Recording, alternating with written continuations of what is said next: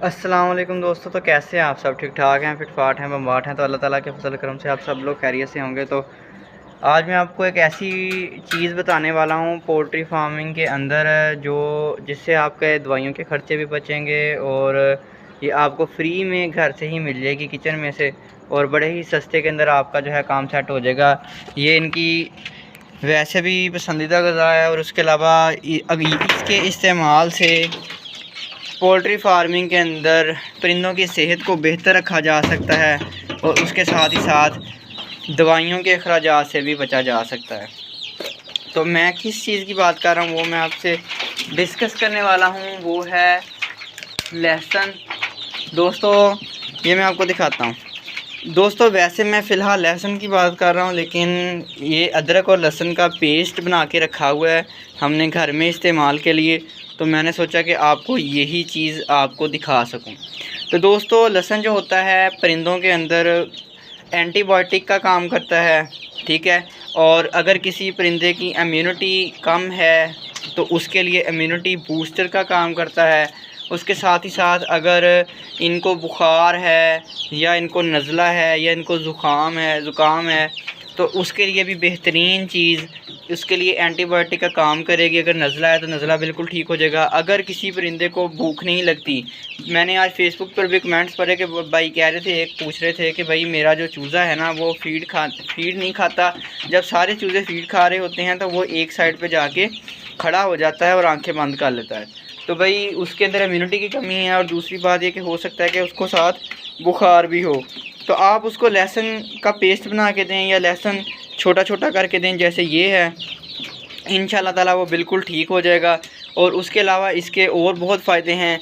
अगर हम बात करें कि अगर कोई मुर्गी अंडा देती है या अंडे देने वाली जो मुर्गियां हैं उनके लिए फ़ायदेमंद इस तरह है कि उनका जो है अंडों की प्रोडक्शन को बढ़ाने के लिए, एग प्रोडक्शन को बढ़ाने के लिए बहुत ही फ़ायदेमंद चीज़ है ये, ठीक है।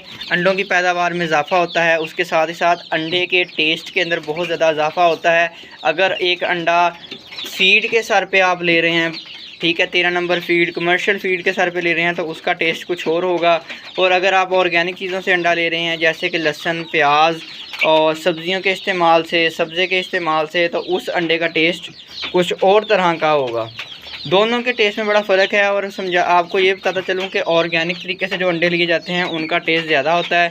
तो आपने अब खुद ही अंदाज़ा लगा लिया होगा कि इसके कितने ज़्यादा फ़वाइद हैं। और उसके अलावा आपको मेडिसिन के ख़र्चों से बच जाएंगे, आप मेडिसिन का ख़र्चा आपका नहीं होगा, ठीक है दोस्तों। और अब चलते हैं हम इनको जो है आपको मैं थोड़ा सा खिला के भी दिखा देता हूँ। ये देखें दोस्तों,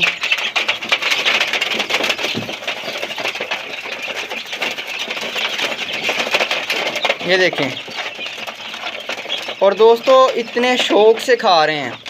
आपको जानते हैं कि परिंदों को अगर आप कोई मेडिसिन देंगे तो परिंदे इतने शौक़ से नहीं खाएंगे, लेकिन ये एक ऐसी ग़िज़ा है कि परिंदे शौक़ से भी खाते हैं और उनके लिए फ़ायदेमंद भी बहुत ज़्यादा है। तो हमें फिर क्या चाहिए हमें, ठीक है। आप लहसुन, उसके अलावा आप ज़रूरी नहीं है कि आप लहसुन ही इस्तेमाल करवाएं, आप लहसुन के छिलके भी इस्तेमाल करवा सकते हैं जो डेली रूटीन पे, डेली बेस पे किचन में सब्ज़ी बनाने के दौरान वो जो छिलके बचते हैं लहसुन के, प्याज के, अदरक भी बहुत अच्छा एंटीबायोटिक का काम करता है।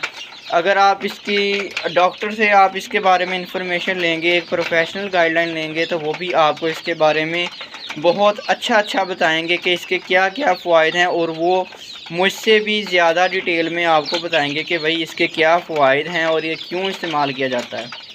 दोस्तों लहसुन एक बेहतरीन ग़िज़ा है। आपने अपनी पोल्ट्री बर्ड्स के अंदर अपने चूज़ों को ये लाजमी इस्तेमाल करवाना है। इससे आप दवाइयों के ख़र्चों से भी बच जाएंगे, परिंदे की सेहत भी अच्छी रहेगी। कोई परिंदा कमज़ोर है, खाता पीता नहीं है, सुस्त है, बीमार है, बुखार है, उसे सारे मसले मसाइल जो हैं आपके हल हो जाएंगे इसी ग़िज़ा से।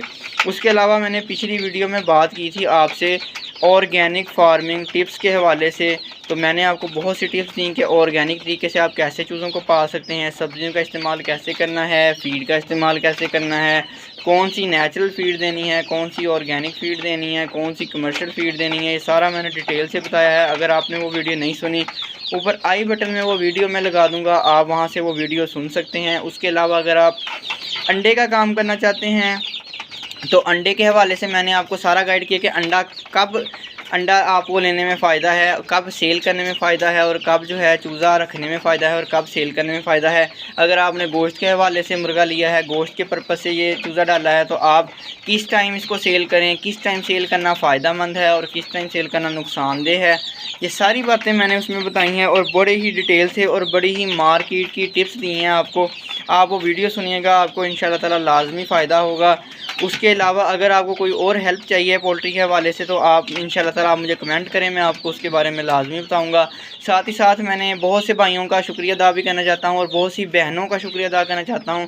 बहुत से मुझे कमेंट्स आए कि भाई मैं हाउस वाइफ हूँ, जिसमें मैंने पिछली वीडियो में क्योंकि मैंने बात की थी कि आप 10, 15, 20 चूज़ों से काम स्टार्ट करें ताकि आपका एक साइड बिज़नेस बन सके और आप साइड बिज़नेस को बढ़ाते हुए एक अच्छा प्रॉपर बिज़नेस भी कर सकें और आपका इस तरह अर्निंग का एक सिलसिला भी बन जाएगा और उसके साथ ही साथ आप एक अच्छे फार्मर भी बन सकते हैं। तो बहुत सी बहनों ने कमेंट किए कि भाई हमने आपकी वीडियो से मोटिवेट होके हमने फार्मिंग स्टार्ट की है। इंशाअल्लाह ताला उनको कामयाब करे, उनको जो है उनके काम में बरकत करे और इंशाअल्लाह ताला मुझसे वो टिप्स लेते रहेंगे और साथ ही साथ चूज़े पलते रहेंगे और इंशाअल्लाह ताला वो सेल करेंगे तो उन्हें प्रॉफिट होगा। और दूसरी बात ये है कि आपको प्रॉफिट लेने के लिए आपको इनकी खुराक के ख़र्चे को कम करना पड़ता है। खुराक का ख़र्चा कम होगा तो प्रॉफिट होगा। अगर खुराक आप डाली जा रहे हैं 8-8, 10-10 हज़ार की फीड की बोरियां, तो फिर ज़ाहिर बात है प्रॉफिट या तो होगा ही नहीं या आपको कम होगा।